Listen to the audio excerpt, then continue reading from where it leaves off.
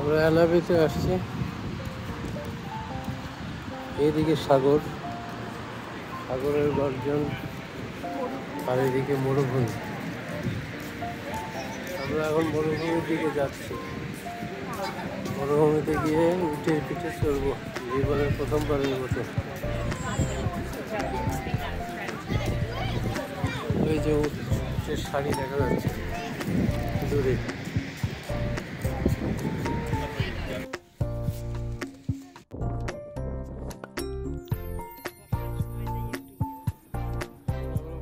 এটি ticket counter. এখানে মাথা পিছু $40 করে জমা দেওয়ার পর প্রত্যেকের জন্য একটি করে হেলমেট দেওয়া হয়েছে। পিয়াল মাথায় হেলমেট দিয়ে সামনের দিকে এগিয়ে যাচ্ছে। যে উটগুলি আসছে সেগুলি থামলেই আমরা সে উটেও চড়ব। পিয়ালের সাথে সাথে মিথিলাও আছে। পিয়াল আর মিথিলার মাথায় হেলমেট পরা অবস্থায় দেখা যাচ্ছে। সামনে উটগুলো নামছে। উটগুলো নিচু হলে সেখান থেকে লোকজন নেমে যাচ্ছে। এই ফাঁকে আমরা কিছু সেলফি এবং ফটোগ্রাফ উঠালাম। উঠিয়ে এখন উঠে চড়ার প্রস্তুতি।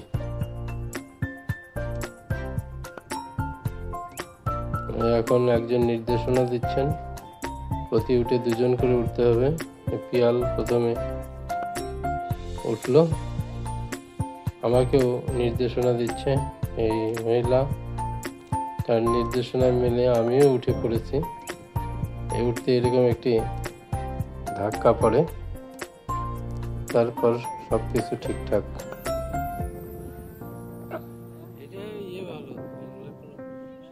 এই যে চলতে শুরু করেছে উটগুলি। এর মাঝে আমাদের গাইড ভদ্রমহিলা আমাদের কিছু ছবি তুলে দিলেন। এরপর আমি মোবাইল হাতে নিয়ে নিজে ছবি উঠালাম কিছু। এই যে এরপর সাগরের কিনার ঘেঁষে ঘুরে যাবে। মরুভূমি পাড়ি দিয়ে সাগরের পানি এগিয়ে চলেছে।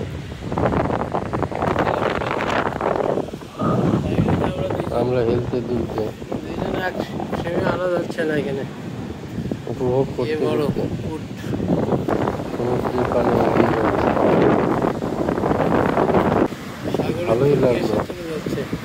উটের পা ভিজছে, আমরা উপর থেকে বাতাস খাচ্ছি। মরুভূমি এবং সমুদ্রের পাশ দিয়ে যাত্রা।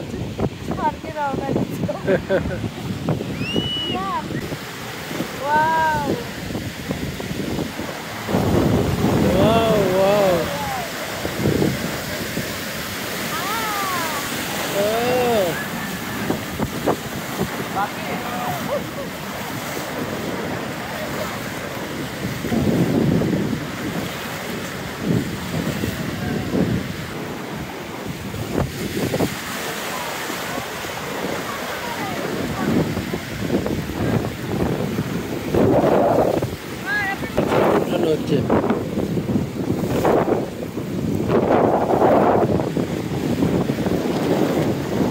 অনেকবার সাগরে আসছে।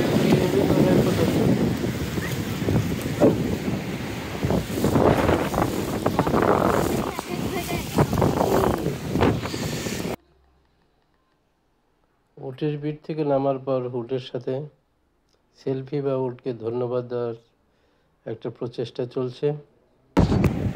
এরপর আমরা এনাবে উঠে গেলাম প্রশান্ত মহাসাগরের আরেকটা বিচ।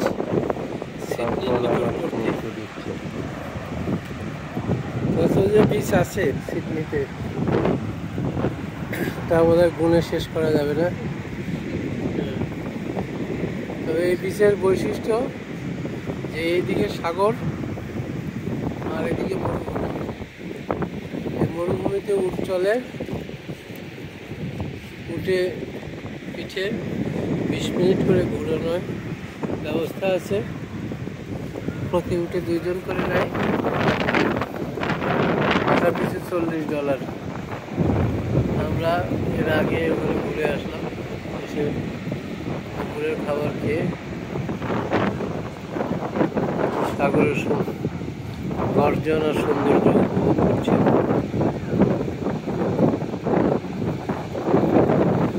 সিডনি থেকে বেশ কিছুটা দূরে, যে কারণে লোকজন কিছু কম। প্রায় 3 ঘন্টার মতো জার্নি, 3-3.5 ঘন্টা।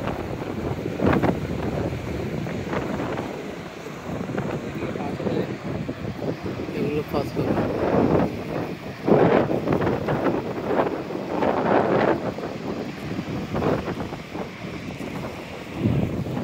আজকে এ পর্যন্তই।